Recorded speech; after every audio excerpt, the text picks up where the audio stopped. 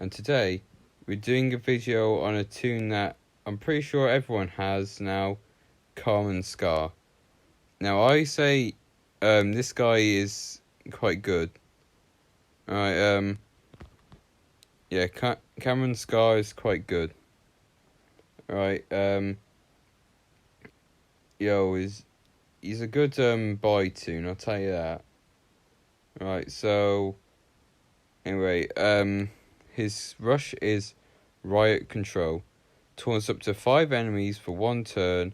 This character gets elusive for 3 turns and regains 100% of their max HP.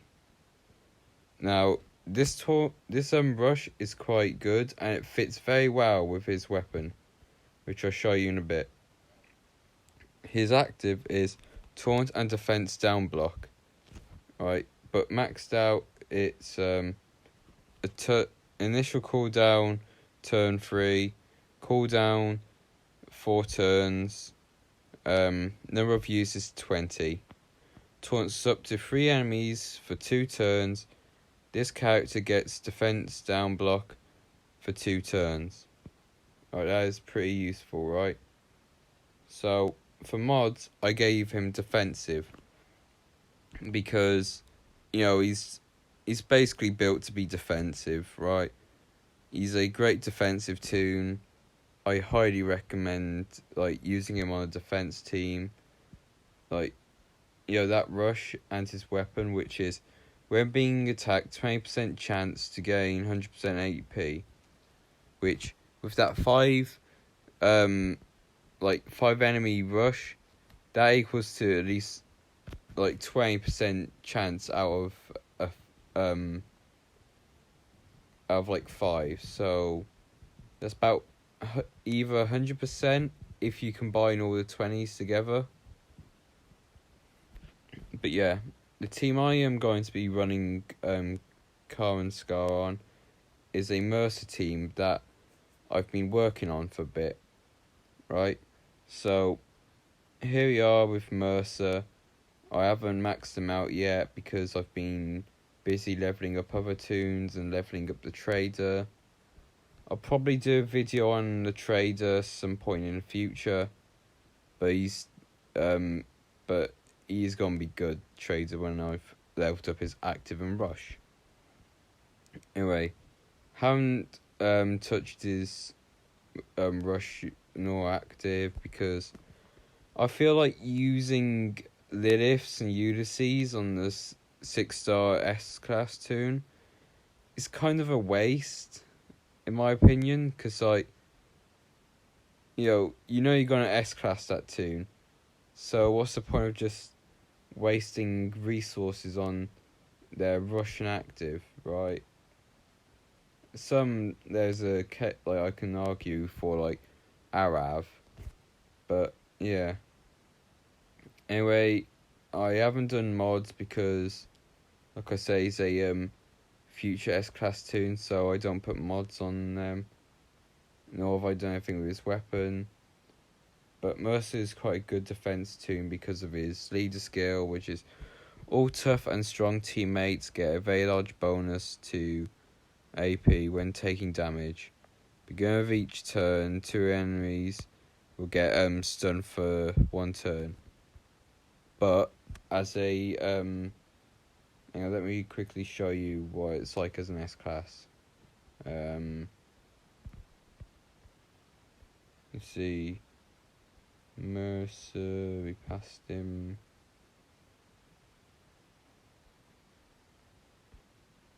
As a S-class, it's 5 enemies and also a huge bonus to AP when taking damage. So he's a lot better as an S-class, that's for certain. Right. Does a lot more damage, that stun and all that is pretty good. But yeah, for the time being, I'm gonna have to stick with a 6-star version. Right, anyway, next up is Franklin. As you briefly saw in the last episode, I talked about him, but I didn't go into full detail. but I'm going to go into full detail now on how he's underrated, right? So maxed out, deals 3 attacks of 200, which equals to 600 damage total. Adds heal reduction for 2 turns to 1 enemy. Revives 1 teammate with 50% of the max HP. Alright, his active is Impair and Defense down. Initial cooldown 2 turns. Cooldown 3 turns. Alright, number of uses 5. Target one enemy. Target enemy gets Impair and 35% defense down for 1 turn. Now I recommend for his active, use it turn one. Use it like at the start of the the phase, because if you use it like at the end, that Impair and defense down is going to just disappear the next turn. So it's best to use it at the start, right? For mods, I gave him offensive because I want him to do more damage, and yeah. Now, the best part about him is the weapon you can equip with him. I equipped the sledgehammer because with this sledgehammer, he can revive another teammate when killing an enemy, and if you use it on his rush, he can revive 2 teammates. And people are asking, oh wow, Pete Anderson does that on his rush naturally. Yes, but can you use Pete on a Mercer team and have Pete get the benefits? I don't think so. No. So it's best to have Franklin because he can, cause damage, and he can also take it pretty well. Right. Next is Angel. Angel's a great free-to-play tune.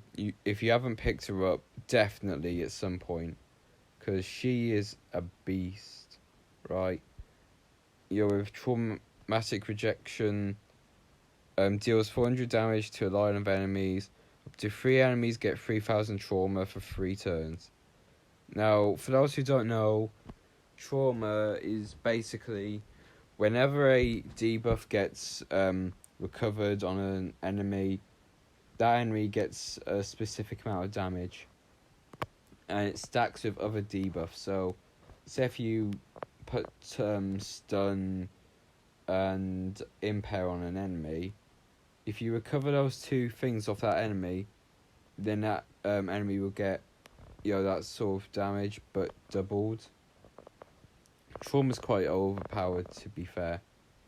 Her active is also overpowered, which is Exhaust, which is a turn 1 cooldown, initial cooldown of 3 turns, number of uses 5. Up to 5 enemies get 500 exhaust for 3 turns. That is pretty overpowered, to be fair. Right, what exhaust does is basically if a tune gains AP, it gets main damage. So say if it was 20% AP, 50% AP, then it would basically deal damage through the exhaust, which is main damage, which is unhealable unless you have a tune that recovers main, which also plays in part with her rush, which I like about some tunes. I like it when they make tunes that their rush and their active fits well. Not tunes that just have recover impair or some other garbage. So I gave her HP set because I wanted to have more HP, and for this team I gave her Jesus's Violent Shiva rifle because this is my rampage weapon and I quite like using it. It's mainly to add a bit more damage to this team, right? And let's move on to Frost. I haven't done much with Frost, to be fair. I've just ascended him last week. He's quite good. He revives as well. Like I said, I haven't done much with him.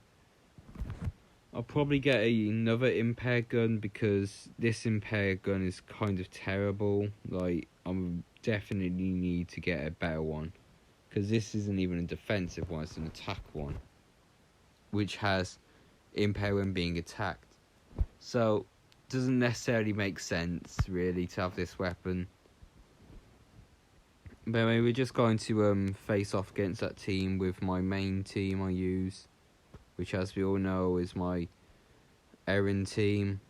So let's get on with the raid, eh? Another thing to mention is that recently I've become the leader of my faction, which I'm really excited about. Right, so if you ever want to come over to Harris, I could definitely secure you a spot. Anyway, so, this is gonna be annoying. So, we're going to attack Carmen just for his rush. So as you can see, that buy has just nearly wiped out Erin. Right. So as you can see, he's going to rush, and he's going to get full HP now, and all of them are now taunted. Of course, they now wipe out Frost because he's a human shield. I might remove Frost. We're going to get the 1k burn on him, and as you can see, he's got full rush again. Right. This isn't going to be like my main defense team. I might use it from time to time. I know, but I say it's a good thing that everyone got Cameron Scarr, because he is quite useful. Unless he gets wiped out, which he does eventually. Now this is going to be hard because I have a terrible toon against two good toons, so there we go. We're just going to speed this up just so they can wipe me out faster. And done. So as you can see, that's a pretty solid defense team. Krista, of course, does most of the damage. But as you can see, Angel done most of the damage there, and it looks like my defense team done more damage than my attack team. Of course, it took 12 turns and it rushed a bit more than my attack team, but all round I say it's a pretty good. I'm happy with the result of this team. I wonder if there's a way for them to make like 6 stars S classes, which I would love that to be like collect 1,000 S class emblems and you could S class any 6 star you want. Like, that'd be pretty good. I'd love to do that. But that should do it for today's video, guys. Remember to like and subscribe, and that should be it for today's video. This is your captain speaking, signing out.